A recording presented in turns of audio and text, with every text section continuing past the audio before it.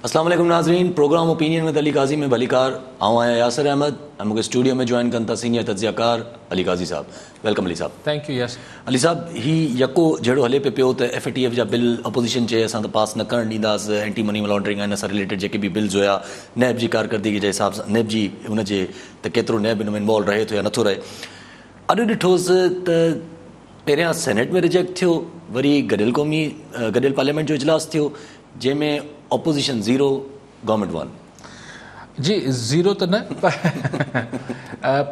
यानी 200 मेंबरनि जी MNAs ऐं सेनेटर्स जी हिमायत असांखे हुकूमती धुर खे नज़र आई, यानी छाकाणि त हुननि बिल मंज़ूर करे वरितो ऐं 190 गॾियल अपोजिशन सिर्फ़ु 190 MNA या MPAs अॼु गॾियल पार्लियामेंट सेनेटर्स ऐं MNAs जेके आहिनि 190 ज़ाहिर करे सघी पार्लियामेंट जे अंदरि गॾियल इजलास में। अंदाज़ो जेको स्ट्रेंथ आहे, जेके गुज़ारे विया आहिनि हू सभु कुझु छॾे करे तक़रीबन 221 या 222 MNAs ऐं सेनेटर्स जो ताल्लुक़ अपोजिशन जी मुख़्तलिफ़ जमातुनि सां आहे। सो पर ज़ाहिर अॼु थिया 190, यानी 30 खां 31 MNAs ऐं सेनेटर्स गायब हुआ। ही तव्हांखे यादि आहे सादिक संजरानी साहब जो सेनेट में छा थियो, जॾहिं नो कॉन्फिडेंस अपोजिशन मूव कई हुई त ओचितो जेके आहिनि 16-17 सेनेटर जेके आहिनि उहे अचानक उन्हनि ॿिए पासे वोट करे छॾियो। त हींअर बि इहो ई थियो त 30-31 जेके MNAs ऐं सेनेटर्स अपोजिशन जा आहिनि उहे ज़ाहिर ई न थिया। ज़ाहिर हिन में हाणे हींअर ताईं जेके इतला अचनि पिया त हुन में को 10-11 मोज़िस सेनेटर्स ऐं MNAs जो ताल्लुक़ नवाज़ लीग सां आहे। मोज़िस सेनेटर्स ऐं MNAs जेके अॼु जिन जो ताल्लुक़ नवाज़ लीग सां आहे, ईअं ई को 14-15 MNAs ऐं सेनेटर्स जो चयो पियो वञे त ताल्लुक़ पीपल्स पार्टी सां आहे ऐं बाक़ी नंढी पार्टियुनि जा जेके न आया हूंदा। सो ॻाल्हि इहा आहे त माना हीउ छा थिए थो, हीउ ॿियो दफ़ो थियो आहे। सेनेट में बि जॾहिं मुख़ालिफ़ धुर सादिक संजरानी जे ख़िलाफ़ु नो कॉन्फिडेंस मूव कई तॾहिं बि सेनेटर्स ओचितो अंदरि ई अंदरि फिरी विया, पोइ कंहिंजे ख़िलाफ़ु का कार्रवाई न थी।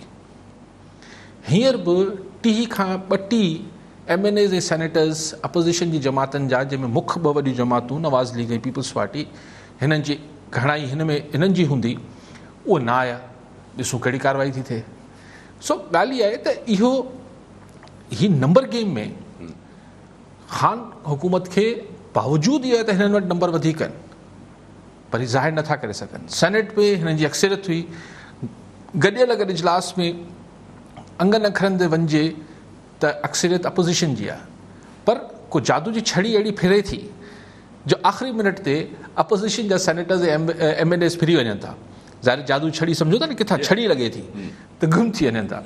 ऐं इमरान ख़ान साहब एतिरो कॉन्फिडेंट ऐं पूरो एतमाद हो त असीं पास कराए वेंदासीं। माण्हुनि खे ख़बर हुई न त जेके हिन PTI जा हम ख़्याल पीपल्स पार्टी नवाज़ लीग में वेठा आहिनि सेनेटर्स ऐं MNAs, हम ख़्याल सम्झो पिया न, उहो न ईंदा।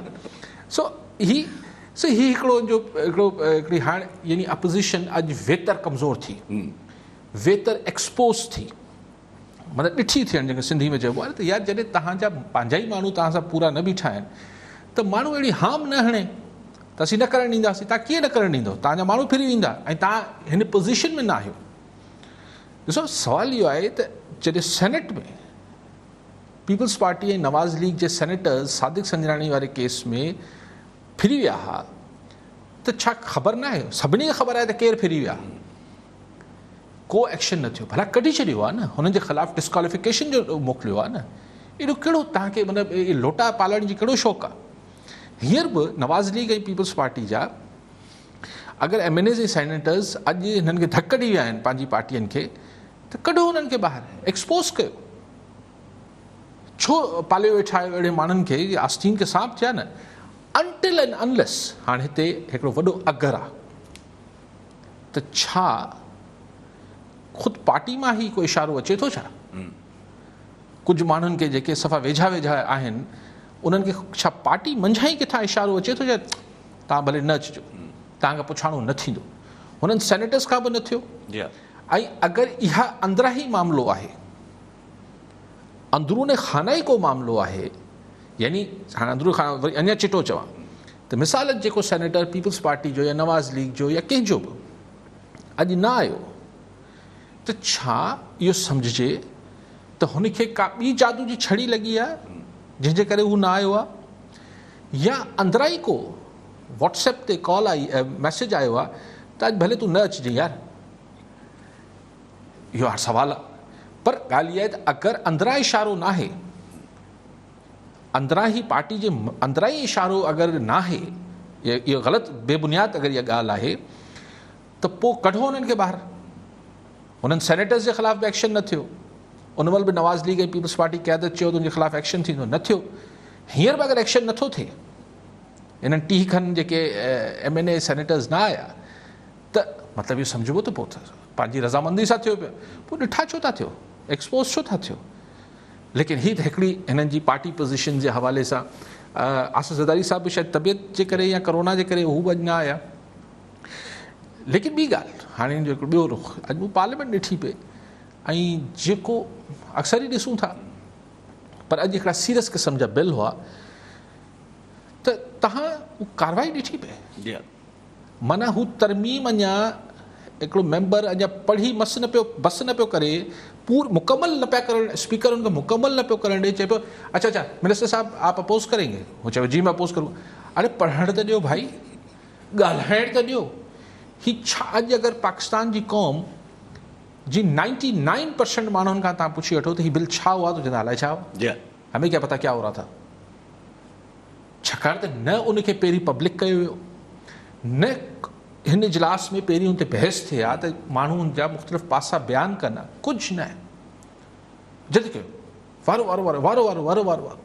त मूं इहो सोचियो पिए त इहा साॻी पार्लियामेंट आहे जंहिंजी जेको आहे हू तहफ़ुज़ लाइ, जंहिंजी सुप्रीमेसी लाइ, जंहिंजे वजूद लाइ, जंहिंजे तक़दुस लाइ हिन मुल्क जे हज़ारे माण्हुनि जानियूं ॾिनियूं, जेलियूं काटियूं, फटका खाधा, इहो साॻी पार्लियामेंट आहे। इहो साॻी पार्लियामेंट आहे जंहिंजे लाइ वॾो जेको आहे हिकिड़ो एतिराम ऐं वॾी हिकिड़ी ॻाल्हि थिए थी। इहो थियणो आहे हिन पार्लियामेंट में त माण्हुनि जी नसीब जो फ़ैसिलो माण्हुनि खे बिना ॿुधाइण जे कयो पिया ऐं जे अंदाज़ में कयो पिया। ठीकु आहे, पार्लियामेंट चवंदा डेमोक्रेसी नंबर्स आहिनि, जंहिंजा अंग अखर वधीक हूंदा उनजो हुकूमत त ठीकु थी वियो। ॿुधाइण त तव्हांजो कमु आहे, सिर्फ़ु अपोज़िशन त न आहे भाई।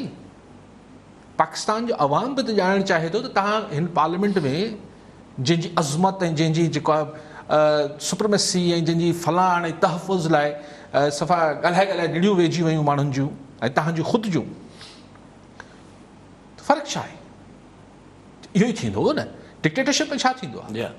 हिकिड़ो माण्हू भई बाला ई बाला आहे, हिकिड़ो मार्शल लॉ हूंदो त MLO जारी थी वेंदो या जेको बि PCO जारी थी वेंदो, बाला ई बाला अची वेंदो, TV ते अची वेंदो, वही फ़ैसिलो थी वियो। इहे अॼु का कानून आहे हिन मुल्क में। त पार्लियामेंट में छा थियो?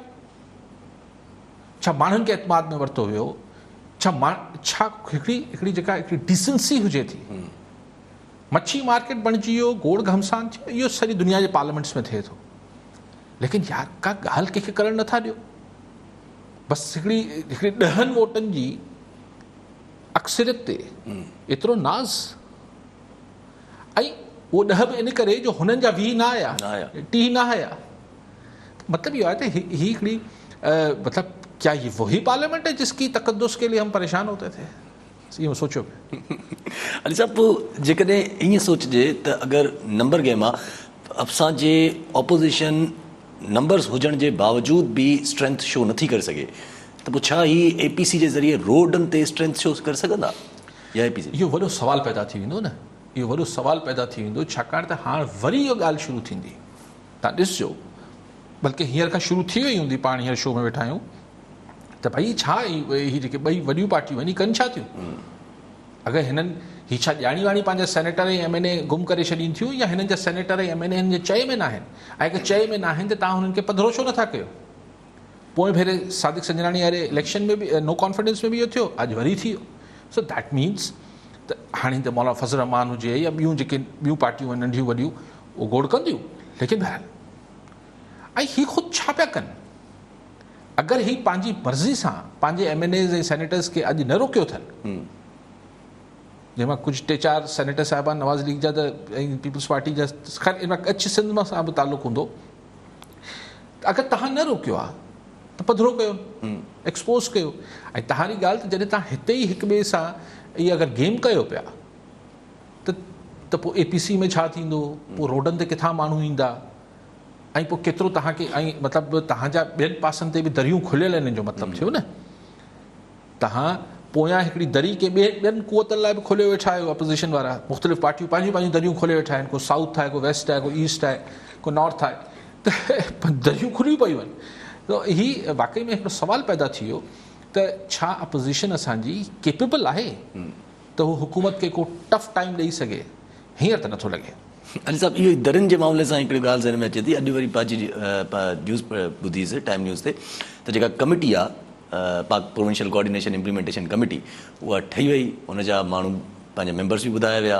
हुनजा मेंबर्स चवनि था त हिकिड़ो जेको आहे फेडरल जो नुमाइंदो बि हूंदो, जंहिंमें असांजा CM साहब हुनजी चेयरमैनशिप कंदा, हिकिड़ो NDMA जो नुमाइंदो बि हूंदो, ऐं हिकिड़ो 5 कोर हेडक्वार्टर्स जो बि नुमाइंदो हूंदो। इहो तव्हां ॻाल्हि कयो पिया कराची जी जेका तरक़ी लाइ ऐं निगरानी लाइ जेका कमेटी ठही, हा, हुन में CM साहब जी कंदो शुक्र, घटि में घटि कप्तानी जेका आहे उहा CM साहब कंदा। कराची जी तरक़ी जो मामिलो आहे, ऐं हुन में फेडरल गवर्नमेंट जो रुगो हिकिड़ो ई नुमाइंदो रखियो अथनि। इन ते शायदि फेडरल गवर्नमेंट खे एतिराज़ बि थिए, पर ॾिसूं हू छा था चवनि। ऐं बहरहाल कॉन्स्टिट्यूट थी वई आहे असेंबली, ठीकु आहे, माना मञी वरितो न। हाणे ॾिसूं हाणे कराची कहिड़ो गुल गुलज़ार थी वञे थो। ऐं मुबैना तौर ते जेके 1100 अरब अचणा आहिनि, मुबैना असीं मीडिया वारा तॾहिं इस्तेमालु कंदा आहियूं लफ़्ज़ जॾहिं को ॿियो चई रहियो हुजे, असांखे पक न हुजे। सो ही 1100 अरब रुपया, आउं त चवंदुसि मुबैना तौर ते 1100 अरब रुपया ख़र्च थियणा आहिनि, मूंखे त अञा पक न आहे। ठीकु आहे साहब, कॉलर असां गॾु सज्जाद अली जैसर हैदराबाद मां। जी सज्जाद साहब, छा चवणु चाहींदा, छा सवाल? अर्ज़ु मुंहिंजो सही थियो त माना हींअर अपोज़िशन माना रीते जेका ई सभई देशभाग वाकआउट करिया, इन जी वजह सां छा जी वापसि करण जी? ठीकु आहे वाकआउट करिया, इहो सवाल जी। अपोज़िशन लाइ पुछनि पिया त अपोज़िशन वारनि जी तादाद बि घटि हुई, इहे माण्हू कुटल हुया, वजह छा आहे बाक़ी अपोज़िशन जी? साईं वजह वॉकआउट छो कयूं बेसिकली? कुझु करे ई न पिया सघनि, हर उहो निड़ियूं विहारण जो त को फ़ाइदो ई कोन हो, लेकिन विहार बि आहिनि। ॾिसो अगेन मूंखे लॻे थो त अॼु वरी सॉफ्ट हैंडलिंग कई न अपोज़िशन, मेंबर बि खुटी विया, खुटाया विया या खुटी विया अपोज़िशन जा। ॿियो इहो त भई जॾहिं मोहतरमा शहीद मूंखे यादि आहे त कुल 17 MNAs हुआ क़ौमी असैम्बली में, 16 या 17 MNAs हुआ पीपल्स पार्टी जा, ऐं ग़ुलाम इसाक़ ख़ान तक़रीर करणु आयो त 17 माण्हुनि उन मरहूम ग़ुलाम इसाक़ ख़ान खे कुराड़े जी खे ॻाल्हाइण न ॾिनो। गो अलाए छा, गो बाबा गो अलाए छा नारा लॻा हा, त ही बहरहाल 190 माण्हू वेठा।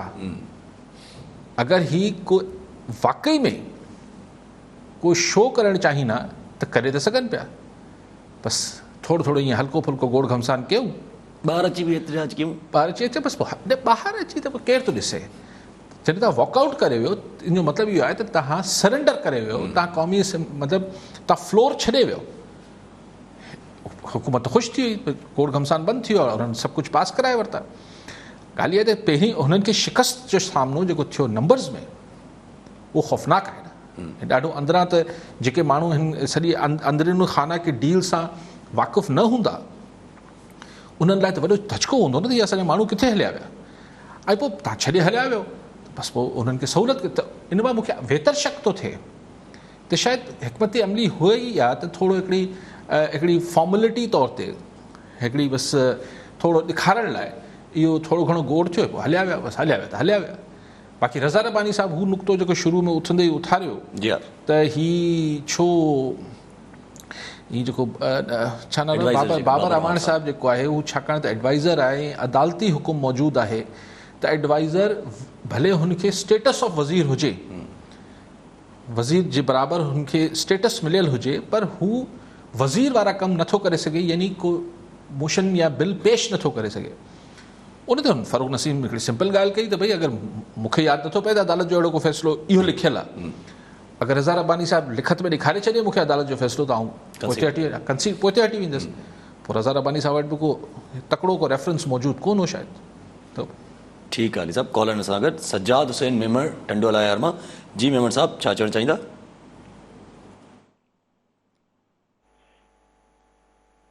जी जी, पंहिंजो सवाल कजो मेमण साहब। साईं सजाद मेमण टंडोलियार मां। जी जी, टंडोलियार मां सजाद मेमण ॻाल्हायो, आबादगार। तव्हां पंहिंजी टीवी जो आवाज़, असांजा बकाया 3-4 साल रहा मिल माफ़िया टीवी जो आवाज़ घटि कजो या टीवी खां थोरो परते बकाया रहियल आहिनि। जेको 22 रुपया जेको आहे नेक्स्ट सेम सीज़न जा, अञा तक असांखे हाई कोर्ट जो ऑर्डर मिली वियो भाई 22 रुपया आबादगारनि खे ॾिना वञनि, उहो अञा तक असांखे न ॾिना वञनि। सिंध गवर्नमेंट अञा तक असांखे अप्लीमेंट कयनि कमिश्नर न कुझु तक एफआईआर तक न हुननि ते कटाए सघियो आहे मिल माफ़िया ते। हींअर असां बरसातनि में आबादगारनि जो काटन जो एॾो नुक़सान थी चुको आहे, इहे असांजा बकाया मिली वञे। असांखे रिलीफ फंड सिंध गवर्नमेंट मां उमेद न आहे, असांखे सिर्फ़ु पंहिंजा बकाया हक़ जा मिली वञनि त असीं पंहिंजो कारोबार ज़मीनदारी अॻिते करे सघूं। ठीकु आहे मेमण साहब। सर मेमण साहब बिल्कुलु बाक़ी का उमेद रखिजो बि न, पर सही था चओ त हीअ त तव्हांजा पंहिंजा पैसा आहिनि, इहा आबादगारनि जा पंहिंजा पैसा आहिनि। ऐं हिन महिल मुश्किल जी घड़ी में, हिन महिल जेको हिकिड़ी बरसातनि जे करे हिन सभिनी जे करे तबाही आई आहे, अगरि इन महिल शुगर मिल्स जेको 22 रुपया साईं ॿुधाइनि पिया, मूंखे बि यादि पए थो, उहो अगरि मिल्स खां रिकवरी कराए ऐं आबादगारनि खे ॾेई छॾिजनि त इहो बि हिकिड़ो वॾो रिलीफ थींदो, इहो बि थोरो थींदो। जॾहिं की पैसा आबादगारनि जा ई आहिनि, हू पैसा हुकूमत नथी ॾे या शुगर मिलूं थोरो नथियूं कनि, लेकिन इहा त अगरि इहे पैसा जेके आहिनि। पर मेंबर साहब मूंखे आसिरो घटि थो लॻे, छाकाणि त मिल्स बि तव्हांखे ख़बर आहे कंहिंजियूं आहिनि, घणे भाङे, ऐं हिकिड़ो वॾो हिकिड़ो जहान आहे, इन्फ्लुएंशियल मामलात आहिनि। हाणे केन कमिश्नर जी कंहिं ज़माने में शुगर मिलनि में हलंदी, हाणे त वीचारे पुछे केरु थो, कंहिं ज़माने में केन कमिश्नर जो वॾो दाबो हूंदो, हाणे केरु पुछे केन कमिश्नर खे। सो लेकिन बहरहाल ॻाल्हि तव्हांजी बिल्कुलु जाइज़ आहे, हक़ी वाजिबी ॻाल्हि आहे। अली साहब, हीअ अगरि कमेटी जे हिसाब सां ॻाल्हि कयूं पिया पंहिंजी प्रोविंशियल कमेटी जे हिसाब सां, त उनमें जेके TORs जारी कया आहिनि, उन TORs में जंहिंसां मूंखे पढ़ा पियो त उनमें प्लानिंग त चलो ठीकु आहे, प्लानिंग कमेटी कंदी, इम्प्लीमेंटेशन बि कमेटी कराईंदी, ऐं जेके रुकावटूं अचनि थियूं उहे बि कमेटी हटाईंदी। पर हिकिड़ी ॻाल्हि सम्झ में न आई त अगरि इदारनि में ज़रूरत पई चेंजिंग करण लाइ त उहा बि कमेटी सिफ़ारिश करे सघे थी। इदारनि में चेंजिस मतिलबु कंहिंखे तब्दील करिणो आहे, कंहिंखे पोस्टिंग हटाइणी आहे, कुझु अहिड़ो करिणो। तव्हां सम्झो त हाणे कराची जो कार वहिंवार आहे घणे भाङे तरक़ियाती मामलनि जे हवाले सां, लॉ एंड ऑर्डर जे हवाले सां त उअं ई को सिंध हुकूमत अकेले सिर्फ़ु फ़ैसिला नथी करे सघे कराची जे मामलनि में। हाणे तरक़ियाती कमनि जे हवाले सां बि हू कमेटी फ़ैसिलो कंदी। ज़ाहिर हाणे कमेटी में अगरि सिर्फ़ु मामिलो CM साहिब जो या सिंध हुकूमत जो न हूंदो, ॿियनि हंधनि तां बि ज़ाहिर ईंदो मामिलो त भई हिन खे रखो, हिन खे हटायो, त बेसिकली कराची में आस्ते आस्ते सिंध गवर्नमेंट जा पावर्स डाइल्यूट करण जी कोशिशि थिए पई, मतिलबु थींदे नज़र अचनि पिया।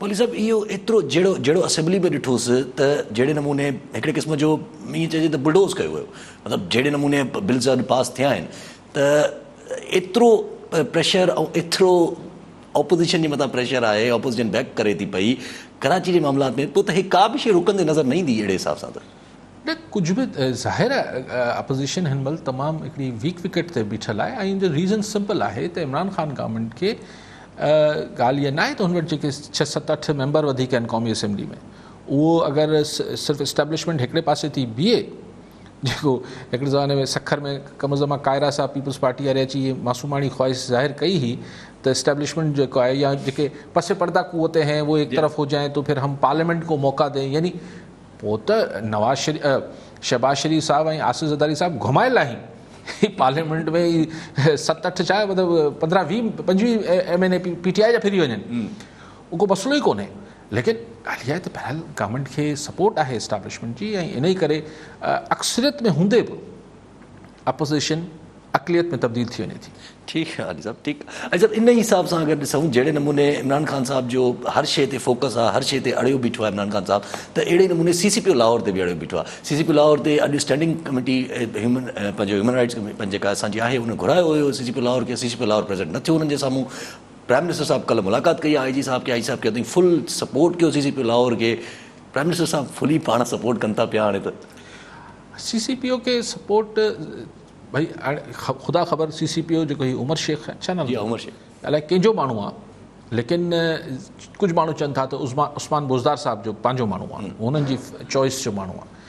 त ॻाल्हि इहा आहे त उस्मान बोज़दार खे हटाइण लाइ सॼो पाकिस्तान लॻो पियो आहे, पर इमरान ख़ान साहिबु चए थो न हटाईंदुसि। त उहो चइबो आहे न, जब तुम पसंद तो तुम्हारी हर पसंद पसंद। त जॾहिं बोज़दार साहिबु पसंद त पोइ उमर शेख साहिबु बि पसंदि। हिन में अजीब ॻाल्हि कहिड़ी आहे? अली साहब, इहे जेके पोइ नारा आहिनि हुनजा पंहिंजो इमरान ख़ान साहिब जा जेके नारा आहिनि पुलिस रिफॉर्म जा, पोइ उहे त पोइ ज़ाहिर कोन था थियनि। सभु नारा ऐं सभु वादा वफ़ा थियण लाइ न हूंदा आहिनि, ऐं हू सम्झनि था त बसि जीअं कनि पिया ठीकु कनि पिया। लेट्स सी पॉइंट इज़ के असां वटि बदकिस्मती सां असां वटि जेके डेमोक्रेसीज़ रहियूं आहिनि, सिविल रूल्स रहिया आहिनि, हू माज़ी वारा बि हुननि ते वधीक इल्ज़ामात करप्शन ऐं बैड गवर्नेंस ऐं हीअ सभु हुननि ते उहो साए मंडलाते रहे। पर पंजाब में एटलीस्ट नवाज़ लीग जेको आहे डेवलपमेंट साइड ते ऐं गवर्नेंस जे हवाले सां हिकिड़ी ओवरऑल अपोज़िशन खे हीअ जेको नवाज़ लीग ऐं पीपल्स पार्टी वारा इन्हनि ते हिकिड़ो परसेप्शन हिन लाइ जोड़ियो वियो। हाणे कुझु माण्हू चवनि था त बाय डिज़ाइन हो त भई हीअ करप्ट आहिनि, हीअ इनकॉम्पिटेंट आहिनि, हिन खे मुल्क सां ही न आहे, हू न हू न। ऐं इमरान ख़ान इहो ई नैरेटिव खणी हलंदो रहियो, पोइ ख़ान साहिबु अची वियो आहे। पर सवाल इहो आहे त शयुनि खे ठीकु करण में त बिल्कुलु ठीकु थियणु खपनि। हर पाकिस्तानी चाहियो पिए त करप्शन बि ख़तमु थिए, गुड गवर्नेंस अचे। करप्शन छा ख़तमु थी वई आहे? इहो हिकिड़ो सुवालु आहे। लेकिन चलो उनखे पोइ था अचूं, पर गवर्नेंस जो छा मामिलो आहे? गवर्नेंस किथां ई बहितर न थी आहे। इंस्टीट्यूशन्स किथां मज़बूत थी विया आहिनि? मूंखे त किथां ई मज़बूत थींदे नज़र नथा अचनि। ऐं को democracy in the true sense of the word, हिन डेमोक्रेसी लाइ चयो वेंदो जेको माज़ी वारी हूंदी हुन लाइ चवंदा शैम डेमोक्रेसी आहे, हीअ मिड़ई जाली आहे, हीअ मिड़ई बोकस डेमोक्रेसी आहे। त हीअ छा जेन्युइन डेमोक्रेसी आहे जंहिंमें जंहिंखे वणे नैब जेको आहे उहो 300 ॾींहं 250 ॾींहं बसि बंदि करे छॾे, पोइ चए हुनखे आख़िर में निकिर। हाणे मीर शकील रहमान खे घणा ॾींहं थी विया मुंहिंजा? पोणा 200 हा, 4-5 महीना थी विया। जॾहिं बि सरकार मां थींदो हुन सां मामिलो, अदालत पर मिसाल हुनखे ज़मानत मिली वेंदी, पोइ इहे 5-6 महीना बसि उनजी ज़िंदगी जा। त ॾिसो, सवाल मीर शकील जो न आहे, सवाल अलिफ या बे जो न आहे, सवाल नवाज़ शरीफ़ जो न आहे, सवाल अपोज़िशन जो या गवर्नमेंट जो बि न आहे। सवाल इहो आहे त तव्हां पोइ इंस्टीट्यूशन बिल्डिंग त न पिया कयो न, तव्हां इदारनि खे मज़बूत त न पिया कयो न। इहो कमु त सैफ़ुर रहमान जी नैब बि कंदी हुई, जॾहिं सैफ़ुर रहमान हो नवाज़ शरीफ़ जो नैब जो चङो मुड़ुसु। अगरि इहा करणी आहे त हिन हवाले सां त को फ़र्क़ु न आयो आहे। त जेको घणो ॻाल्हायो हुनखे ॿधो, हुनखे नोटिस मोकिलियो। अॻु में हू थोरो क्रूड मैनर में कंदा, पुलिस मोकिलींदा, हीअ कंदा। हाणे थोरो नैब अची वई आहे, हुनजो बि अॻूणो जज साहिबु आहे हुनजो। लेकिन बेसिकली ॾिसो, आऊं त पाण त न सरकार सां हू आहियूं न अपोज़िशन, लेकिन हिकिड़ी अणधुरी राय आऊं जेका मुंहिंजो ज़ाती ओपिनियन आहे त इंस्टीट्यूशन बिल्डिंग लाइ ख़ान साहिबु अफ़सोस सां कुझु न कयो आहे। अली साहब, इहो ई नज़र अचे थो पियो त ख़ान साहिबु जेको आहे उहो ख़ान साहिब जी गवर्नमेंट ई तक़रीबन ईअं लॻे थो पियो त प्राइम मिनिस्टर साहिबु सिर्फ़ु फोकस कनि था पिया त बाबा सज़ा छा ॾियणी आहे, कीअं पकिड़णो आहे, कीअं बंदि करिणो आहे। छो जो अकाउंटेबिलिटी जो बि चरखो ईअं ई हलायो हुयूं सभिनि खे सोढ़ो करण लाइ। वरी हाणे जेका ही वाक़िया थियनि था पिया पंहिंजे जेके लॾिया लट वारा, इन ते बि ज़ोर आहे असांजी गवर्नमेंट जो त भई इन ते सज़ा जेका आहे उहा सख़्तु खां सख़्तु कई वञे, न त को फ़ाइदो न आहे। सख़्तु खां सख़्तु सज़ा कंहिं फ़र्द लाइ छा थी सघे थी? मौत जी सज़ा न। मौत जी सज़ा त पाकिस्तान में मौजूदु आहे। अञा कहिड़ी सख़्तु? 3 दफ़ा फाई ॾेई छॾियो, 8 दफ़ा फाई ॾेई छॾियो। माण्हू मरणो हिकिड़ो ई दफ़ो आहे। जेको फंदे ते टंगिजो उहो हिकिड़ो दफ़ो हुनजो झटको ईंदो ऐं मरंदो, या जेको तड़पंदो, जेका बि तकलीफ़ हुनखे ईंदी, उहो हिकिड़ो दफ़ो थियणी आहे। त हिन खां सख़्तु कीअं कहिड़ी सज़ा करे सघो था? हाणे सरेआम करे वठियो, पर तव्हां छा मतिलबु थोरो तसवुरु कयो, अगरि पाकिस्तान में हर हफ़्ते में मिसाल 2 या 3 माण्हुनि खे फाई अचे थी, त उहो छा मुख़्तलिफ़ चौकनि ते असीं ॾिसूं त लाश टंगिया पिया? इहा कहिड़ी मंतक आहे? हीअ त इवन जॾहिं हुन हिकिड़ी असांजी अदालत सॻोरी परवेज़ मुशर्रफ साहिब लाइ चयो त हुनखे गेले अचो ऐं फलाणे डी चौक ते ईअं टंगे छॾियो, त इवन जेके माण्हू ज़ाहिर प्रो डेमोक्रेसी हुआ सभु भई हीअ कहिड़ो फ़ैसिलो आहे त तव्हां रोडनि ते कीअं टंगींदो माण्हुनि खे? सो क्वेश्चन इहो आहे त हिन अच्छा पोइ अच्छा हीउ किसो थियो, सॼी मीडिया लॻी पई, सॼो ॾहका पकड़ियलो, वरी कल्ह कराची में कयो अथनि। जी सही, जेको हिन जुनूनियत में अचे थो न, उनखे उन महिल इहो सेंस उनजो कमु न कंदो आहे त ही मूंखे सज़ा कहिड़ी ईंदी हिन ते, हू हुन कैफ़ियत में हुजे थो, हू उन चरियाप में हुजे थो। ऐं हुनखे को मासूम न पियो करार ॾियां चरियो आहे वीचारो, न चरियो न आहे, हीअ दरिंदगी आहे। लेकिन बहरहाल क्वेश्चन इहो आहे त हिन खे सरियाम हुनखे अगरि मौत खां वधीक कहिड़ी सज़ा ॾेई सघो था?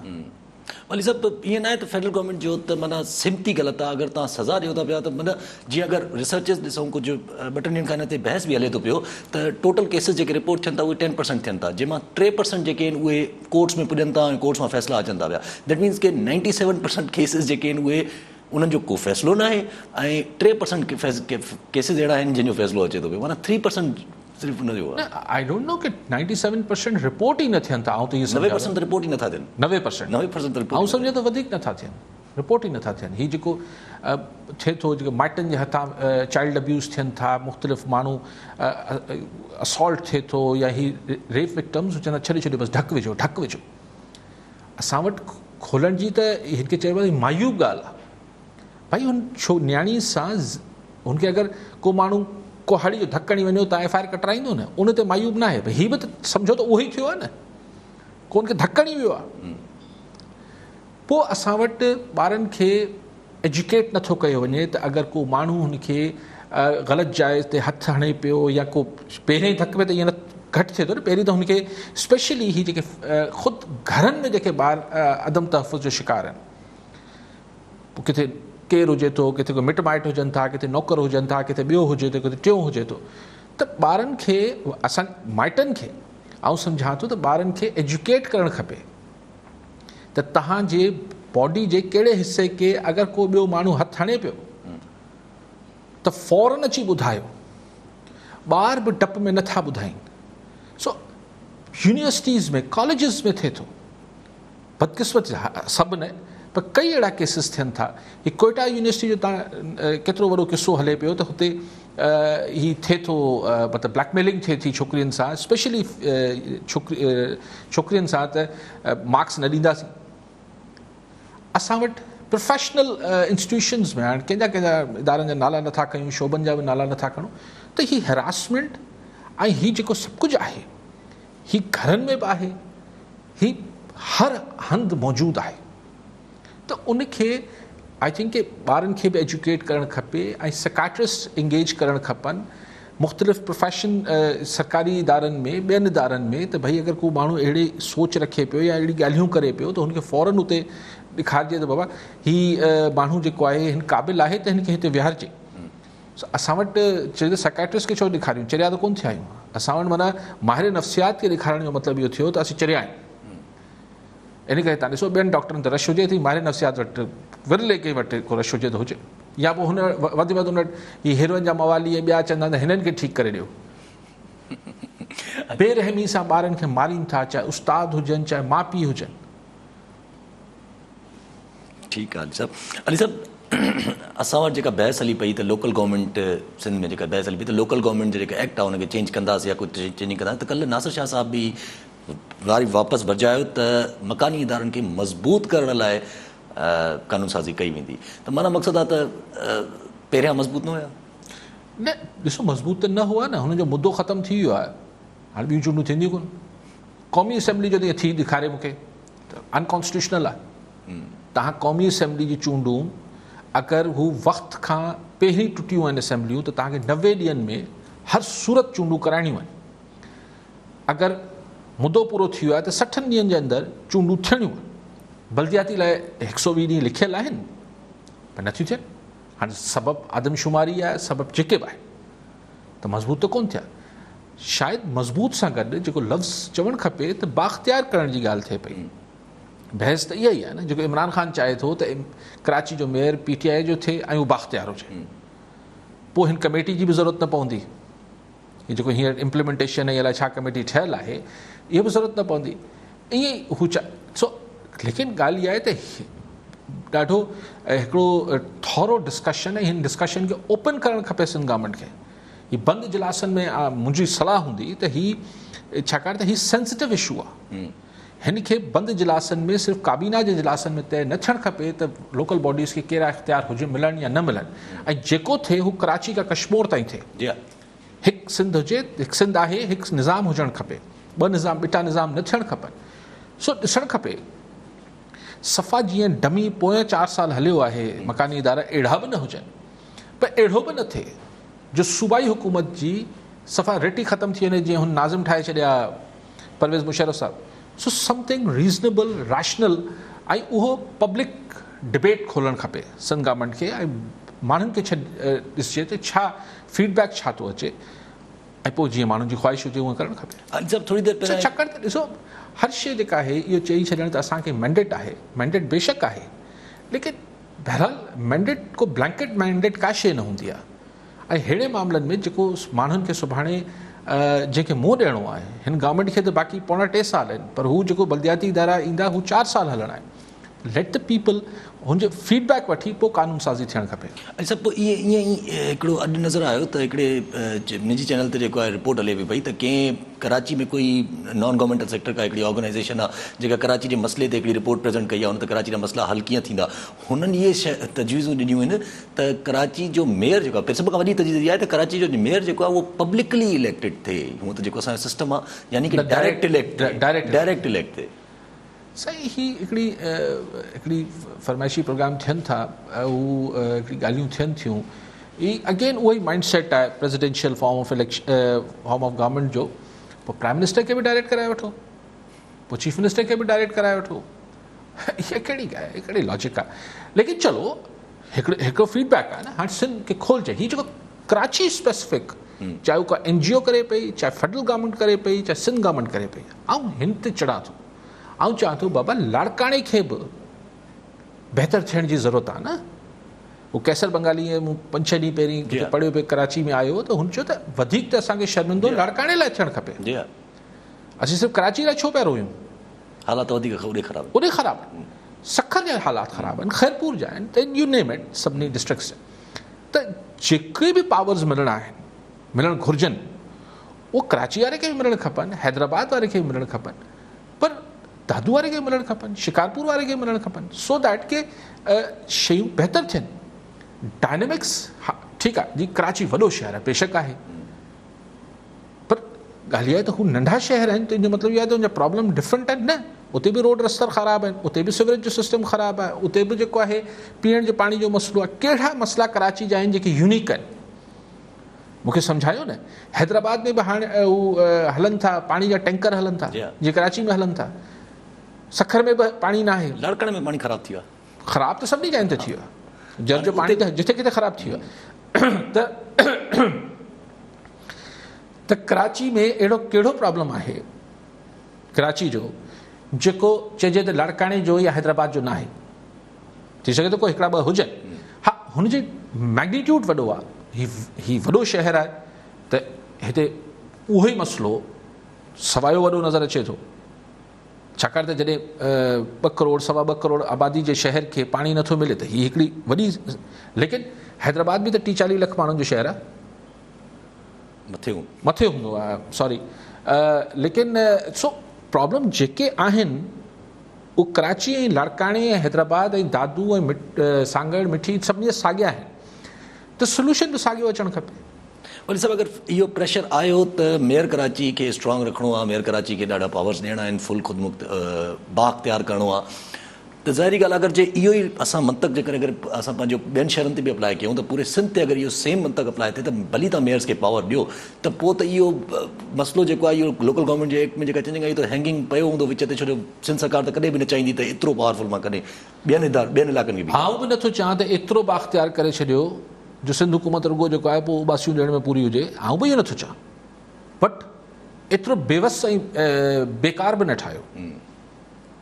सिर्फ़ु इहो आहे त कराची में सुभाणे पीपल्स पार्टी जो मेयर न ईंदो, तंहिंजे करे सॼे सिंध खे नो क्वेश्चन इज़ के जेके बि पावर्स आहिनि उहो कंहिं रैशनल सां, ऐं हीउ जेको प्रेशर, ही पीपल्स पार्टी जा दोस्त मुंहिंजी ॻाल्हि बिल्कुलु सम्झी रहिया हूंदा त हीउ जेको अंदरूनी खाना, हीउ जेको इमरान ख़ान साहिब जी ख़्वाहिश आहे त हिते PTI जो मेयर अचे बाख़्तियार थिए। ऐं चाहियां थो, ऐं मतिलबु सलाह मुंहिंजी आहे, बाक़ी तव्हां मर्ज़ी वारा आहिनि, हिन खे सिंध में ओपन कनि हिन डिबेट खे त नओ लोकल बॉडीज़ जो कानून छा हुजणु खपे, त जेको काउंटर अचे त सिंध सरकार खे हिकिड़ो पॉलिटिकल हुन सां सपोर्ट मिलंदी। ठीक है अली साहब, कॉलर ने सुना कर ज़हीरुद्दीन हैदराबाद में। जी ज़हीरुद्दीन साहब, क्या कहना चाहेंगे, क्या सवाल है?